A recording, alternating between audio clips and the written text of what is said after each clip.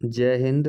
आज हम पढ़ेंगे NCERT गणित कक्षा 5 के अध्याय 3 जिसका नाम है कितने वर्ग के कुछ महत्वपूर्ण वस्तुनिष्ठ प्रश्न पढ़ेंगे।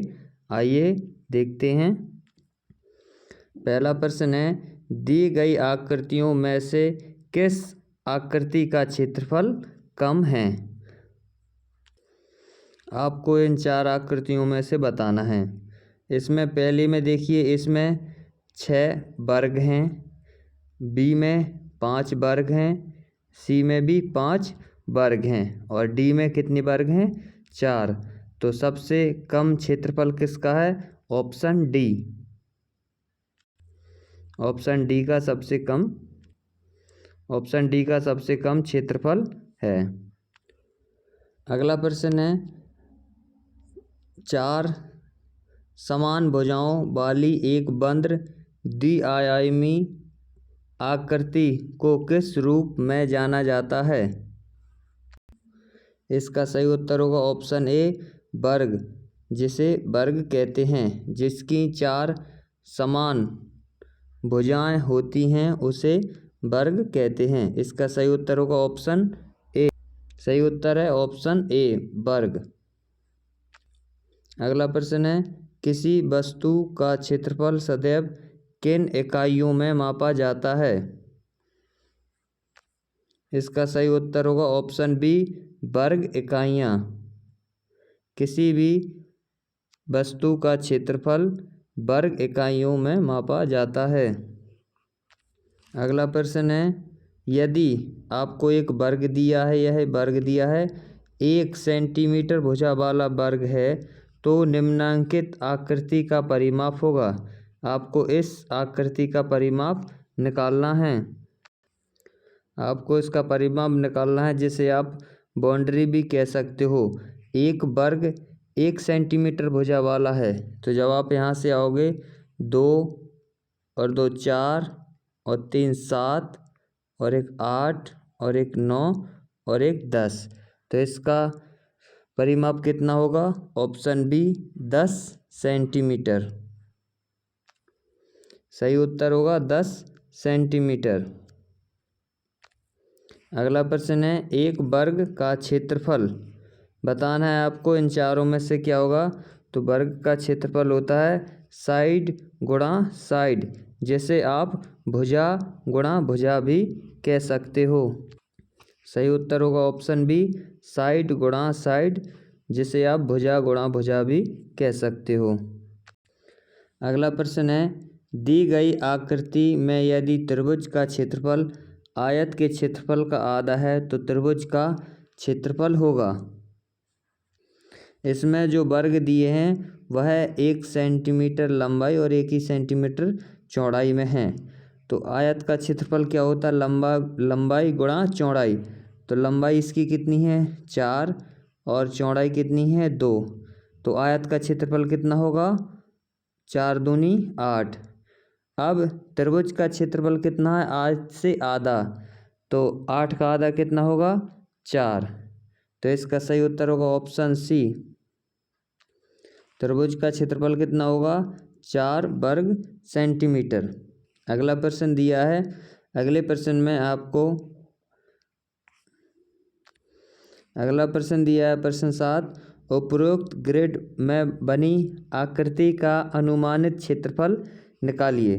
तो जब आप इसका अनुमानित क्षेत्रफल निकालोगे तो इसका सही उत्तर होगा ऑप्शन सी, 7 वर्ग सेंटीमीटर।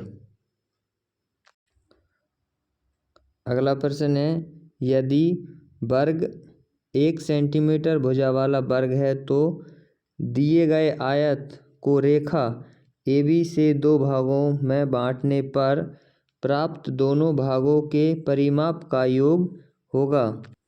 इस प्रश्न में आपको इस आयत का परिमाप निकालना है। इसे 2 भागों में बांट दिया, इसका परिमाप निकालना है। तो इसका परिमाप होगा ऑप्शन डी, 24 सेंटीमीटर। आप वीडियो को रोककर इसको सॉल्व कर सकते हो और इसका आंसर निकाल सकते हो। अगला प्रश्न है, चित्र में दिए गए आयत का क्षेत्रफल कितना होगा? प्रत्येक वर्ग की भुजा की लंबाई 1 सेंटीमीटर है। इसमें आपको आयत का क्षेत्रफल निकालना होगा। आयत का क्षेत्रफल होता लंबाई गुणा चौड़ाई। इसकी लंबाई है 10 सेंटीमीटर और चौड़ाई है 2 सेंटीमीटर, तो 10 दूनी 20। सही उत्तर होगा उसका 20 वर्ग सेंटीमीटर। ऑप्शन सी इसका सही उत्तर है 20 वर्ग सेंटीमीटर। सही उत्तर होगा 20 वर्ग सेंटीमीटर। अगला प्रश्न है, अगले प्रश्न में रिक्त स्थानों की पूर्ति करनी है। पहला रिक्त स्थान है खाली स्थान। वह लंबाई है जो किसी क्षेत्र की सीमा बताती है या सीमा की कुल लंबाई बताती है। जिसे आप क्या कहते हो? जो पूरी सीमा की लंबाई बताती है। जिस तरह ये चारों ओर ये सीमा है किसी की भी या बाउंड्री है, तो उसका सही उत्तर होता परिधि, जिसे आप क्या बोलते हो? परिधि। इसका सही उत्तर होगा ऑप्शन ए का परिधि। अगला खाली स्थान है नंबर 2। ज्यामिति में 4 भुजाओं और 4 कोनों वाली एक बंद द्विआयामी आकृति को खाली स्थान के रूप में जाना जाता है। तो इसका सही उत्तर है उसे आयत के रूप में जाना जाता है। अगला प्रश्न है, त्रिभुज का क्षेत्रफल 2 वर्ग सेंटीमीटर वाले आयत का आधा है, इसलिए इसका क्षेत्रफल खाली स्थान वर्ग सेंटीमीटर होगा। तो इसका सही उत्तर है 1। इसका क्षेत्रफल 1 वर्ग सेंटीमीटर होगा। तीसरे का उत्तर होगा 1 सेंटीमीटर। अगला प्रश्न देखते हैं, किसी क्षेत्र की माप उस क्षेत्र का खाली स्थान कहलाता है। तो इसका सही उत्तर होगा वह क्षेत्रफल कहलाता है।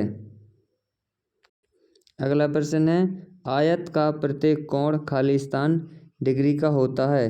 तो आयत का प्रत्येक कोण कितने डिग्री का होता है? 90 डिग्री का। इसका सही उत्तर है 90 डिग्री। सही उत्तर है 90 डिग्री। आयत का प्रत्येक कोण 90 डिग्री का होता है। आप वीडियो को दोबारा देख के अपने प्रश्नों को और अच्छी तरीके से पढ़ सकते हो और आप बोर्ड एग्ज़ाम में इन्हीं प्रश्नों की सहायता से अपना पेपर अच्छा सॉल्व कर सकते हो। जय हिंद।